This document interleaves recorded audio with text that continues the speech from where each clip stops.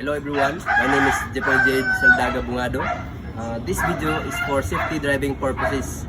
So first, this is the trunk or the compartment, and this is the plate number.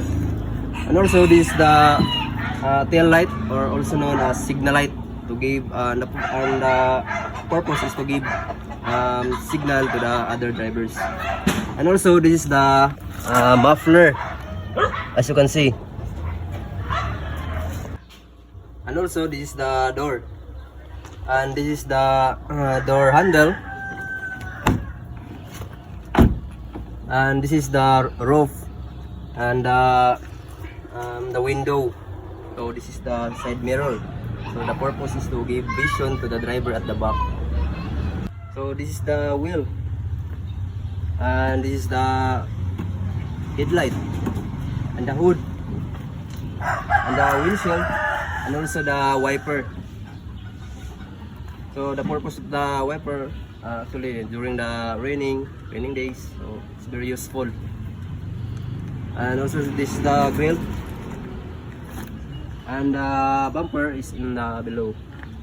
So we are now in the interior part of the car or the vehicle. So first, this is the steering wheel. So the purpose is to manipulate the vehicle.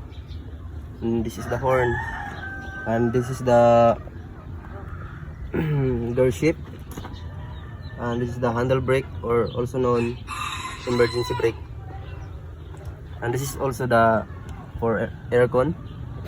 As you can see, it's functional. And cut. And this is the dashboard, as you can see.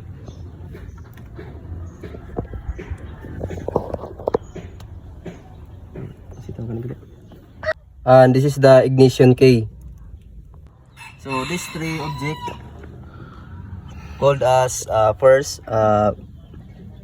gas accelerator, and clutch, and brake.